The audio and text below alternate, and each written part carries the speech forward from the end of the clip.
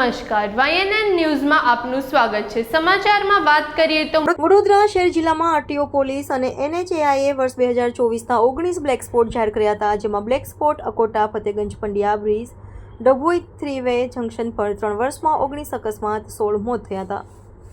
Vadodara RTO કચેરીના અધિકારીઓ દ્વારા વિવિધ બ્લેક સ્પોટ ખાતે મુલાકાત લઈ શહેર જિલ્લામાં વર્ષ 2024ના 19 બ્લેક સ્પોટ જાહેર કરવામાં આવે છે। વર્ષ 2022થી 2024 એટલે કે 3 વર્ષમાં શહેરમાં અકોટા બ્રિજ પર 5 અકસ્માતમાં 7ના મોત, ફતેગંજ અને પંડ્યા બ્રિજ વચ્ચે 6 અકસ્માતમાં 3ના મોત અને ડભોઈ 3 વે જંકશન પર 8 અકસ્માતમાં 6ના મૃત્યુ થયા છે, જેથી તેને બ્લેક સ્પોટ તરીકે જાહેર કર્યા છે। શહેર જિલ્લાના 19 બ્લેક સ્પોટ પર છેલ્લા 6 માસમાં 45 અકસ્માત સર્જાયા છે અને તેમાં 30 લોકોના મોત થયા છે, જેમાંના મોટાભાગના બ્લેક સ્પોટ નેશનલ હાઈવે પરના છે। શહેરમાં અકોટા બ્રિજ, ફતેગંજ અને પંડ્યા બ્રિજ વચ્ચે અને ડભોઈ 3 વે જંકશનને બ્લેક સ્પોટ તરીકે જાહેર કરવામાં આવ્યું છે। આ ત્રણેય સ્થળોએ રોડ અને ફ્લાયઓવર પ્રકારના બ્લેક સ્પોટ જાહેર કરાયા છે, તે સાથે બીજા NH48 પાસેના અન્ય 5 સ્થળ છે, જ્યારે જિલ્લામાં પણ આ રીતે 13 જેટલા બ્લેક સ્પોટ શોધી જાહેર કરાયા છે। ઉલ્લેખનીય છે કે શહેરમાં અવારનવાર અકસ્માતની ઘટના બનતી રહે છે। અકસ્માતવાળા સ્થળોને શોધી તેને બ્લેક સ્પોટ તરીકે જાહેર કરાતા હોય છે। તાજેતરમાં જ શહેરમાં અનેક અકસ્માતોના બનાવો સામે આવે છે, લોકોએ પોતાનો જીવ ગુમાવ્યો છે, ત્યારે આ મુદ્દે ટ્રાફિક પશ્ચિમ વિભાગના ICP DM વ્યાસ શાહે પ્રતિક્રિયા આપી આ તમામ સ્થળ પર હાલ ઓથોરિટી ધ્યાન આપી રહ્યું છે અને થોડાક જ સમયમાં અકસ્માતો અટકશે તેવું આયોજન પણ કરી રહ્યા છે।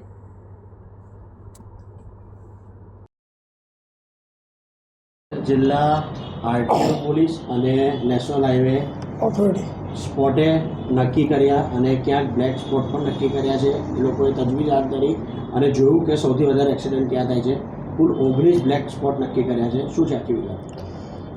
બ્લેક સ્પોટ એ એવી જગ્યા છે કે અમુક 500 મીટરનો વિસ્તાર કે જ્યાં વારંવાર અકસ્માત થતા હોય અને ફેટલ પણ થતા હોય એવી જગ્યાઓ VMC, ટ્રાફિક પોલીસ, NHAI અને તમામ ભેગા થઈ અને સ્પોટની વિઝિટ કરવામાં આવે છે અને ત્યાં જે રોડ એન્જિનિયરિંગમાં શું ખામીઓ છે તેનું ઓડિટ કરવામાં આવે છે અને તે મુજબ ભવિષ્યમાં આ બ્લેક સ્પોટ કઈ રીતે નીકળી જાય અને ત્યાં અકસ્માતો ઓછા થાય તેનું ઓડિટ કરવામાં આવે છે।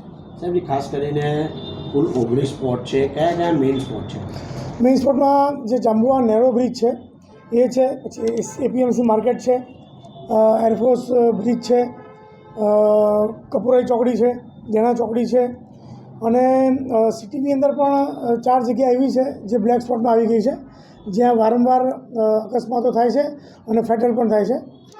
એમાં એક જગ્યા છે ડભોઈ 3 રસ્તા અને બીજી છે અકોટા જે સોલાર બ્રિજ છે, અકોટા બ્રિજ, પછી એક રાજવી ટાવર છે અને ફતેગંજ પંડ્યા બ્રિજની વચ્ચેનો જે ભાગ છે।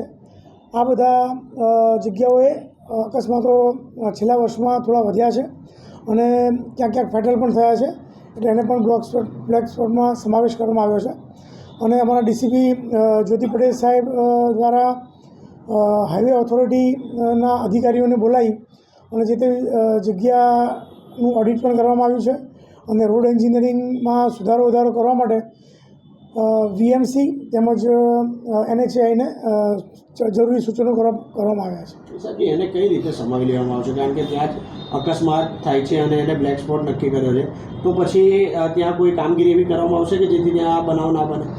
હા, જેમ કે ફતેગંજ અને પંડ્યા બ્રિજની વચ્ચેનો જે રસ્તો છે એ એટલો પહોળો હોવા છતાં ત્યાં એક્સિડન્ટ થાય છે, કારણ કે પંડ્યા બ્રિજથી નીચે આવતો ટ્રાફિક, ઉપરથી આવતો ટ્રાફિક અને ત્યાંથી ફતેગંજ બ્રિજથી નીચે ST બસ સ્ટેન્ડ તરફ વળે છે એનો ટ્રાફિક, પોલિટેકનિક તરફ આવતો સર્વિસ રોડનો ટ્રાફિક, ઉપરથી આવતો ટ્રાફિક, એ જે મર્જ થાય છે, ભેગો થાય છે, એવી પરિસ્થિતિમાં આ અકસ્માતો થતા હોય છે। એટલે એનું ઓડિટ કરી અને જરૂરી બોલાર્ડ્સ લગાવવા, જરૂરી ડિઝાઇન કરવી, જ્યાં પિચિંગ કરવાનું છે, રોડ સરખા કરવાના છે, જ્યાં પટ્ટા મારવાના છે, એ તમામ જાતની વિગતો VMCને રિપોર્ટ દ્વારા મોકલી આપવાની છે અને એના આધારે એનું જે રોડ ઓડિટ પ્રમાણેનું કાર્યવાહી થશે તો આગામી સમયમાં એના અકસ્માતો ઘટશે એવું મારું માનવું છે। Subscribe now and press the bell icon. Never miss an update.